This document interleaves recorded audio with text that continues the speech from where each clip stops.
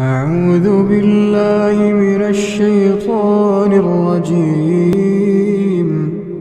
بسم الله الرحمن الرحيم. ألف لام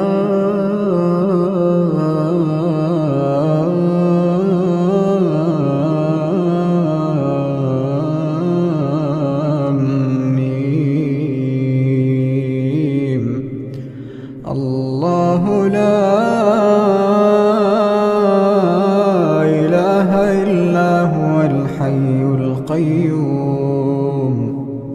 نزل عليك الكتاب بالحق مصدقا لما بين يديه وأنزل التوراة والإنجيل من قبل هدى للناس وأنزل الفرقان. إن الذين كفروا بآيات الله لهم عذاب شديد والله عزيز ذو انتقام. إن الله لا يخفى عليه شيء في الأرض ولا في السماء. هو الذي يصوركم في الأرحام كيف يشاء. لا إله إلا هو العزيز الحكيم. هو الذي أنزل عليك الكتاب منه آيات محكمات هن أم الكتاب وأخر متشابهات. فأما الذين في قلوبهم زيغ فيتبعون ما تشابه منه ابتغاء الفتنة وابتغاء تأويله وما يعلم تأويله إلا الله.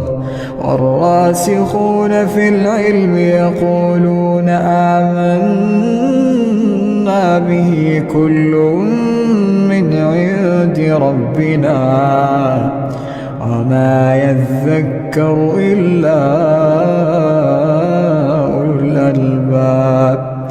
ربنا لا تزغ قلوبنا بعد إذ هديتنا وهب لنا من لدنك رحمة إنك أنت الوهاب. ربنا إنك جامع الناس ليوم لا ريب فيه إن الله لا يخلف الميعاد.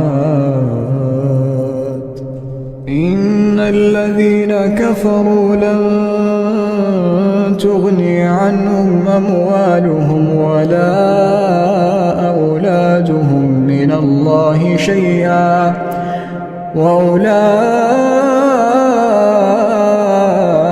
هم وقود النار. كدأب آل فرعون والذين من قبلهم كذبوا بآياتنا فأخذهم الله بذنوبهم والله شديد العقاب. قل للذين كفروا ستغلبون وتحشرون إلى جهنم وبئس المهاد. قد كان لكم آية في فئتين التقتا فئة تقاتل في سبيل الله وأخرى كافرة